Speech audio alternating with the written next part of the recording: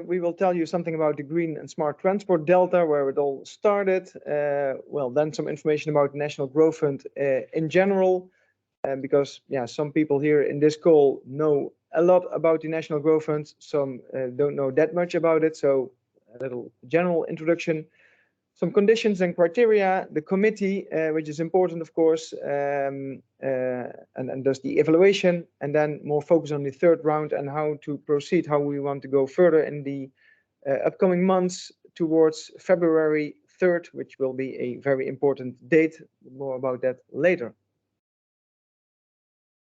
And we are telling the story not only on behalf of RAI Automotive Industry NL, but also together with Brainport Eindhoven. And you see here the program office, because we, as both organizations, thought, okay, we can do everything by ourselves, but we can also strengthen our roles and yeah, to be more powerful together. So here you see the program office team and roles. I hope that the names that you see here on the screen are familiar for you. So please contact us after the webinar also with your ideas. So it's broader than only RAI Automotive Industry NL, and also in the background, like Albi already said, TNO and others are really helping us by setting this up. Well, the Green and Smart Transport Delta, and that's based on the HTSM automotive roadmap. That's very important. Like you know, we are connected with the top sector HTSM, high-tech systems and materials, and yeah, together we write the automotive roadmap to see where the industry is going to, and based on that roadmap, in the last couple of years, we made some nice proposals for the RDM regulation, which stands for the R&D Mobility Sector Subsidy Fund, that was created in the COVID period. Very successful. 3 projects are now running. So one about hydrogen with DAF trucks in the lead, one about electrification with VDL in the lead, and one about digital infrastructure for yeah, the mobility of the future, for autonomous driving, for example, with TomTom in the lead. So that's nice to have 3 of those projects, 3 ecosystems. Maybe that's a better word, because in those projects are about 20 to 26 companies and knowledge institutions forming the ecosystem. Projects about between 45 and 60 million euros. And yeah, that's really good that we have those projects now up and running. The digital one will be up and running really from September or October on. But yeah, well, that was a success, but that's not the end of the world, of course, because we want to go further and to investigate also new opportunities. So it's time for next steps. And we see opportunities in the growth fund, yeah, phase 3, you could say. Of course, there are also other opportunities. In Europe, there are a lot of opportunities with the Horizon program and so on. But we think that the National Growth Fund is also a really big opportunity. And that's not only what we think, but also our colleagues at the Ministry of Economic Affairs and Climate Policy said to us, okay, for the automotive mobility sector, it would be really good to have some good proposals in the next round of the Growth Fund. And also the top sector, HTSM, is really pushing us to come up with the good ideas and the right ecosystems for the National Growth Fund. And then the aim is, of course, to connect the ecosystem, so big companies, SMEs, knowledge institutions, but also to work on a cross-sectoral way. That's very important, also in the top sector policy, and to work on also on the international connection, because we can work on some nice and good projects here in the Netherlands, but mostly the money we make the money internationally. So think about international connections with new projects is really important to do that in the beginning.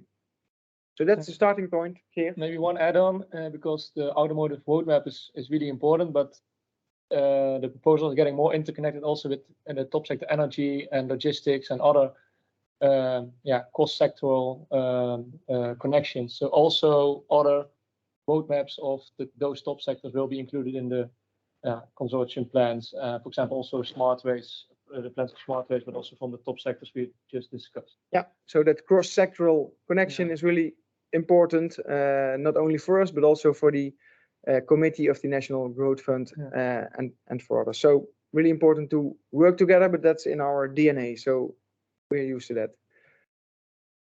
Okay, some information about National Growth Fund in general. So like I said, for some people, this is business as usual, everybody knows, but it's good to have a little overview of it.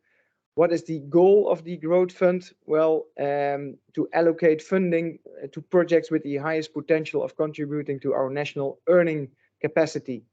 So duurzame economische groei in good English, durable economic growth is really important to create the jobs of the future and also to create the ecosystems of the future, so that we still have economic power here in the Netherlands. That's the reason why the national government said, okay, we will put 20 billion euros in a specific subsidy schedule.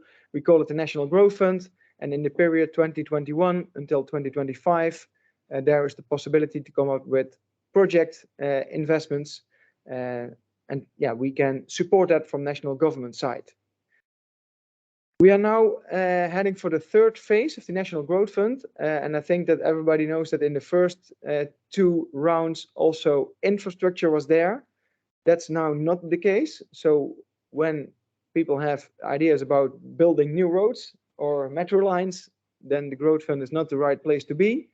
So it's now about two fields of with the highest potential for structural and economic growth. It's knowledge development and research, development and innovation. And research, development and innovation is for complex and long-term investments, really to strengthen new and existing ecosystems. And I think that we here in this call and room are focusing more on the research, development and innovation part. Of course, there are some conditions and criteria. Well, three very important conditions. There has to be public value, of course. The public benefits of the project must outweigh the costs. There must be a surplus of value for the government. So without Growth Fund, companies or authorities would not be able to implement the project. It's really important.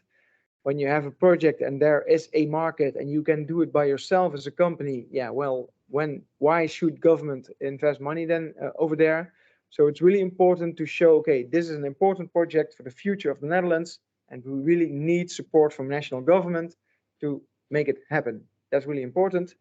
And so the government role is, the project is of national interest. So government can say, okay, we give a contribution, and that's logical and that's also legal. Then we have some criteria when, because everybody has good ideas. But there are some criteria to have a look at those ideas. So there has to be a contribution to the sustainable earning capacity. That's important. There has also to be a strategic substantiation. Really important. And of course, quality of the plan is an important criterion. And also the way of cooperation and governance, because we are looking for bigger ecosystems. So 20 companies in a project, for example, then you also need a good view on the cooperation, also the governance of such a project. And what is important to mention is that a proposal is not structural. So it's a one-off investment. A one-off investment from government side is needed for that structural economic growth. That's important for the Growth Fund. When you have good ideas, there is a committee that will take a look at those ideas, and those you see here the 10 people of the committee who will give the advice to national government, to the cabinet about the proposals. And well, there are some names that we know, I think here, so it's good to know that those people are in that committee. And it's also good that the chairman of the committee, Mr. Dijsselbloem, will not be the chairman anymore, I suppose, because from September on he will be the mayor of the city of Eindhoven. So we can maybe give him a call, and he can give us some advice about the steps that we can take. But yeah, like you see here, it's really a nice mix of people in this committee with industry people, but also with yeah, people from other sides. So a good mix, and this committee is important. We have to convince them of our plans. Then let's go to the third round, because yeah, round 1 and 2 is already ready. So we are now heading for the third round of the National Growth Fund. And there is a budget available of 4 billion euros, and that will be 50-50 divided between the knowledge development and the research, development and innovation. So that's quite a lot of money. But what we also saw in the first 2 rounds, that there are some really big projects. So, well, there is enough money, but yeah, it can go quickly. What is really important to know is that the financial size of projects has to be yeah, quite big. So the minimal subsidy per project is 30 million euros, and there is no max. So subsidy 30 million, and when you say, okay, it's about 50-50 funding from government and co-funding from the industry, then yeah, you know that a project has to be about 60 million euros at least. There are now in this third round 2 routes. A subsidy route, which is new, so there will be a subsidieregeling, so a tender form. It's not online at this moment, but it will be online. Yeah, it can be online tomorrow or the day after. It will be really quick online. So there is a subsidy route where you can just bring in your project, and there is a departmental route via, for example, the Department of Infrastructure and Water Management or the Department of Economic Affairs. So there are 2 routes, and the ministry and the growth fund say, okay, the subsidy route is the default route. So that's the most will be the most used route. But in some cases, the other route is better, especially when you need really the support of government with legislation, with yeah. Yeah. Also, some other things. If you don't know upfront who is getting the money. Yeah. So if you know upfront, okay, we have a project and the money is divided between the partners like this, and the subsidy is divided like this, then you can do the subsidy route. But if you want to, for example, do a new call or a tender process later on, or you do some of the money is by NBO, is going by divided by NBO, some of the money is divided by RVO, and some of the money is on another way. Then you can do the departmental route, because you need to align this with AZK or EMW. Yeah. So 2 routes, and the subsidy route is new, and the tender will be online quite soon on the website that I will mention later on in the slides. And yeah, like I said, that subsidy route is the default route. Timeline, also important to know, because everybody's now heading for summer holidays, or almost everybody, I think. But after the summer holidays, yeah, we have some time, but it will be quite tight. So the most important date to know is February 3rd. That's the final deadline for submission of the projects. So February looks far away, but I think that's quite close at this moment, because you have to really build and make the whole proposal. There is a pre-submission moment that will be in December 2022, so end of this year. And there was also a quick scan moment, and that's already August 8th. But no worries, we will take the lead there as program office, and we will make sure that the quick scan will be, that the first proposals will be there for the first quick scan. And that quick scan is not mandatory, but it will be used to decide if the subsidy route or the departmental route is the best one.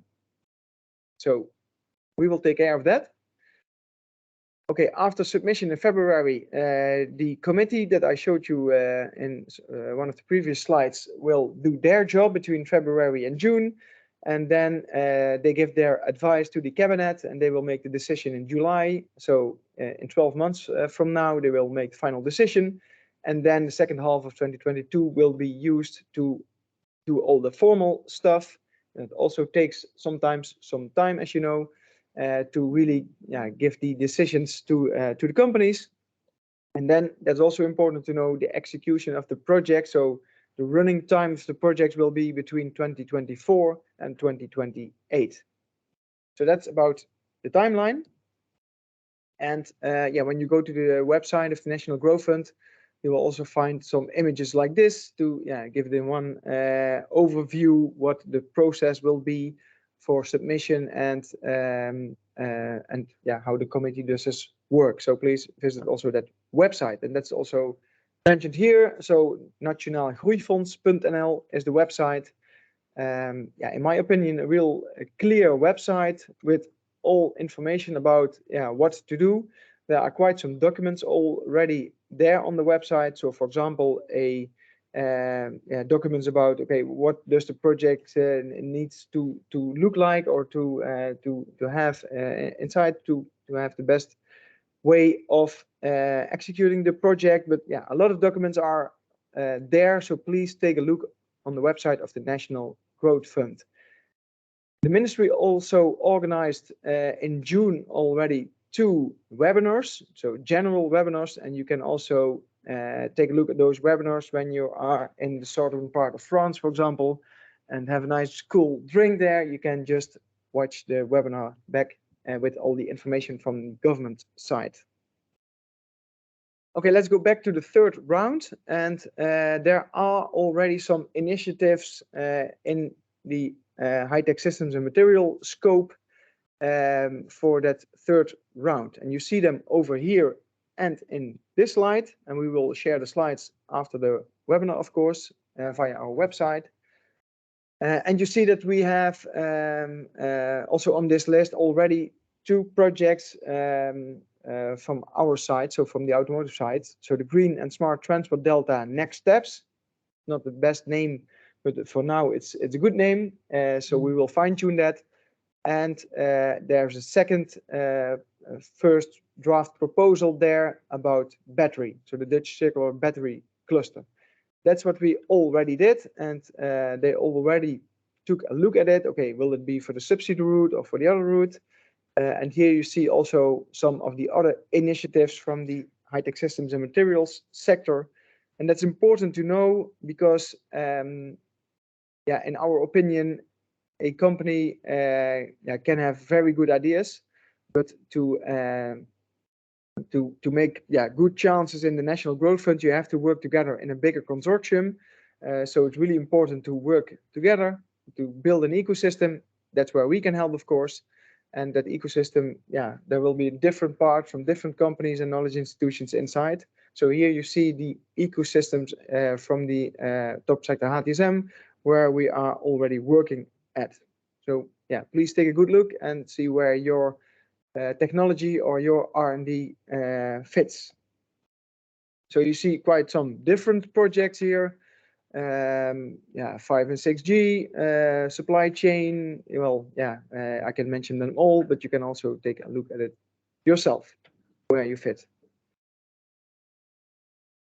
Like I mentioned, we have submitted the first very draft version of the Green and Smart Transport Delta Next Steps proposal, and that it's built up from different technologies. So and we will decide later on if this will be all different projects or under one umbrella.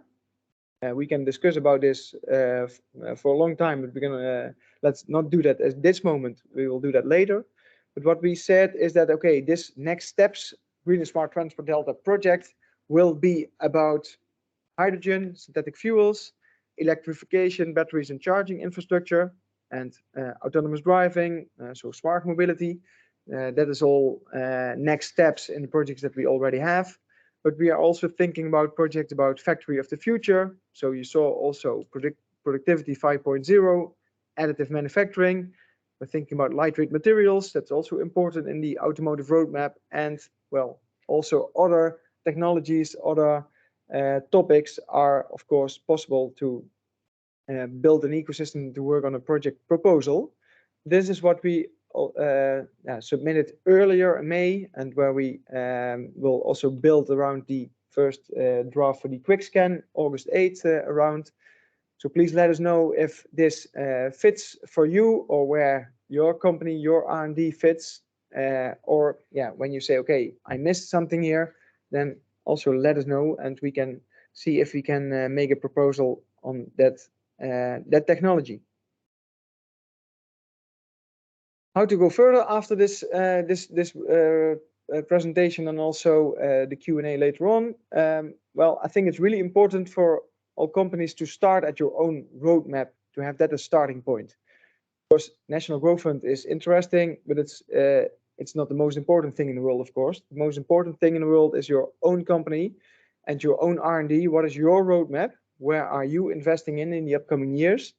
And when you have that clear, and then especially for the period 24-28, then we can see if this fits in a bigger project. So does your R&D, your objectives, do they pass in a bigger project based on digitalization, decarbonization, the big topics where we are working about, so that we can build that ecosystem together.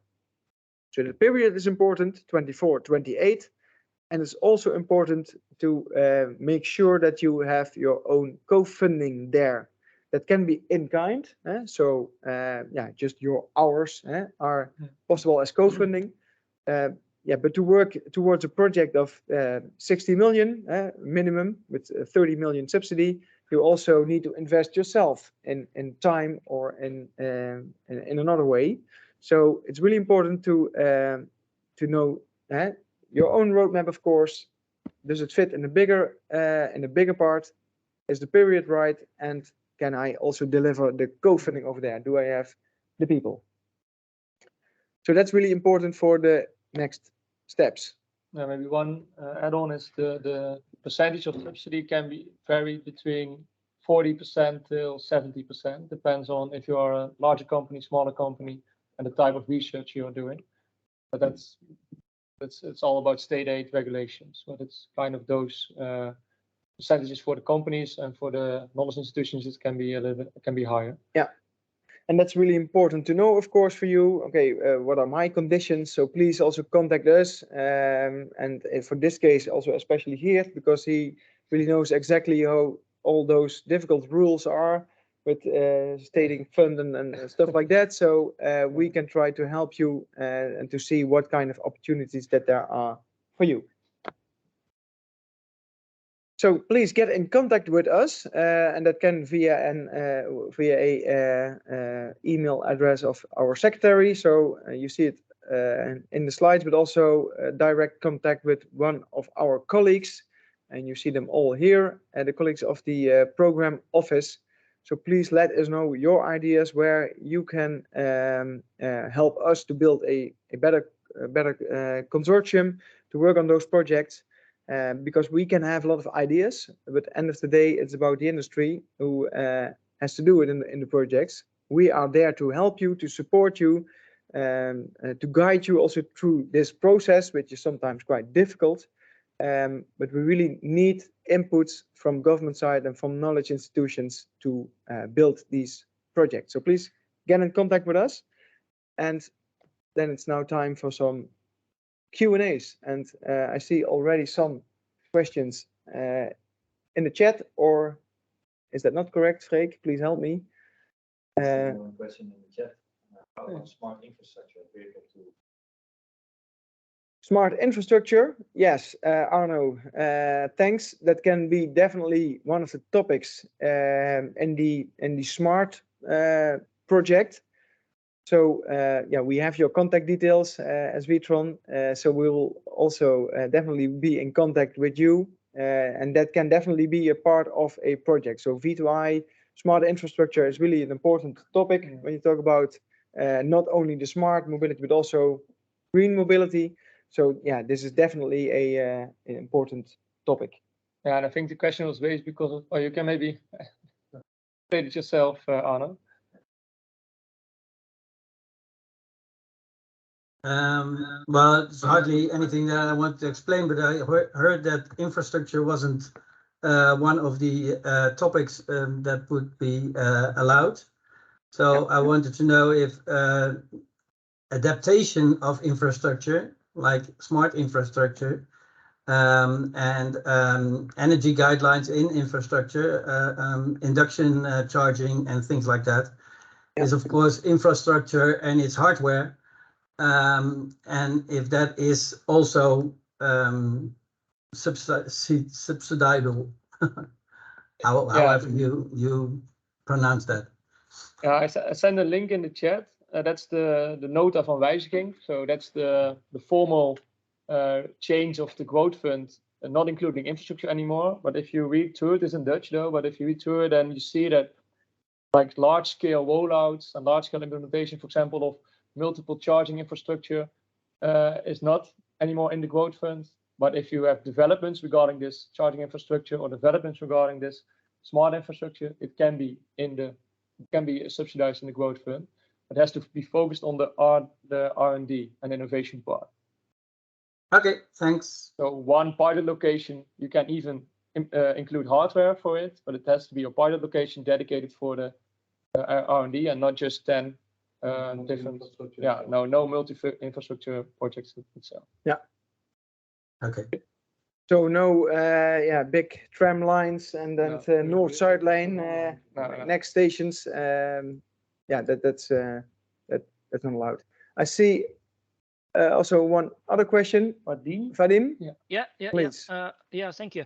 I'm from Bridgestone Mobility Solutions. So it's former TomTom Telematics, 100% owned by Bridgestone since about 2 years.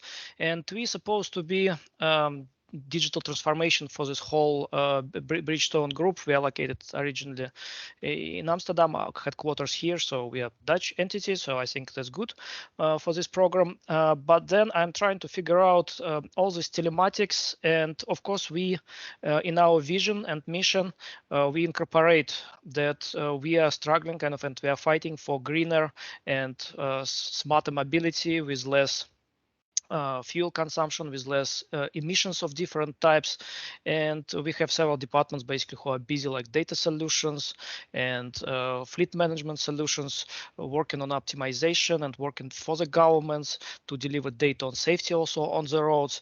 And I'm trying to a bit on one hand side, it sounds quite a feat, but on the other hand, I don't have, don't feel enough substance to really, see how we can be, with whom we should pair up and how we should apply. So if you could give some guidance on that, that would be wonderful. Yeah, thank you for your introduction and also question. And I fully understand that it's not easy to now make the next steps. So I think the best way is to be in direct contact with one of us. So please let's plan a short call. Okay. This webinar is of course about general information. Okay, the growth fund is there. Third round is coming up. We are there to help you. And we are open also, of course, to plan the one-on-ones with you to see where and what are next steps for you. That's also what you asked for, Bram. So we asked for what is your roadmap, what technology you're focused on. If we can have that session, then I think we can help with judging and also making the connections to other companies which are operating in the same field or in a comparable field, and then bring you in contact. And that's the way we can build the consortium. Yeah. Okay. So that's the homework for everybody here. Of course, we are open to receive your calls, your mails, and so on. But it's really important that you give us then the right information. What can you do as a company? What is your roadmap? Where does it fit? And how can we make the combinations? Yeah. Okay. Yeah, thank you. also, I will send a mail. To add, and which other partners do you think should be in the consortium, so that we can also make this connection? And sometimes we don't want to have like a consortium of too many partners, but sometimes you can also have different work packages in which several companies work on a separate topic, and then it's still possible to have a larger consortium and make it still operational.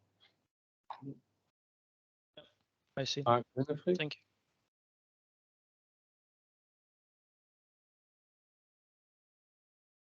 Maybe any other questions? We can also do it via the chat for opportunity. Otherwise, verbally, we also can answer those. Yeah, I saw a small question in the chat about slide 6. I answered it also already in the chat. So that's on the borrowing. Yeah, okay. It was already there. Check.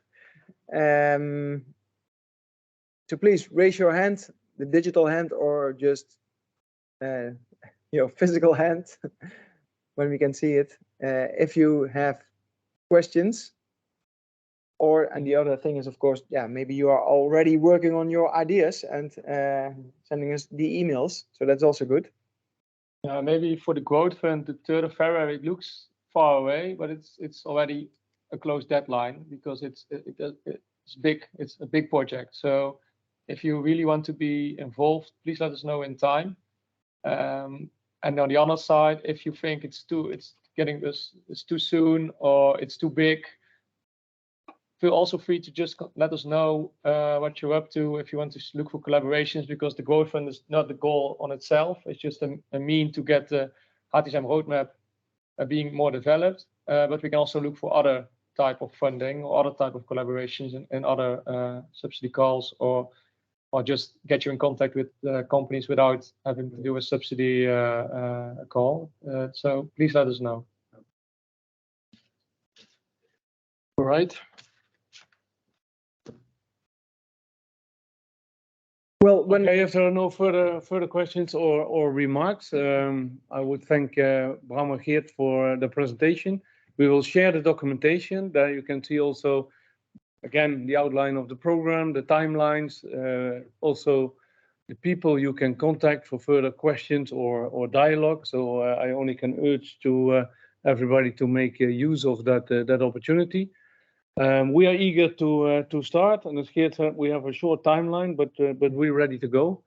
So we're looking forward to the connections and contacts. And for now, thank you for participating this afternoon. If you're up to it, have a nice holiday, and everybody a good summer. And let's see that we can work together. Thank you.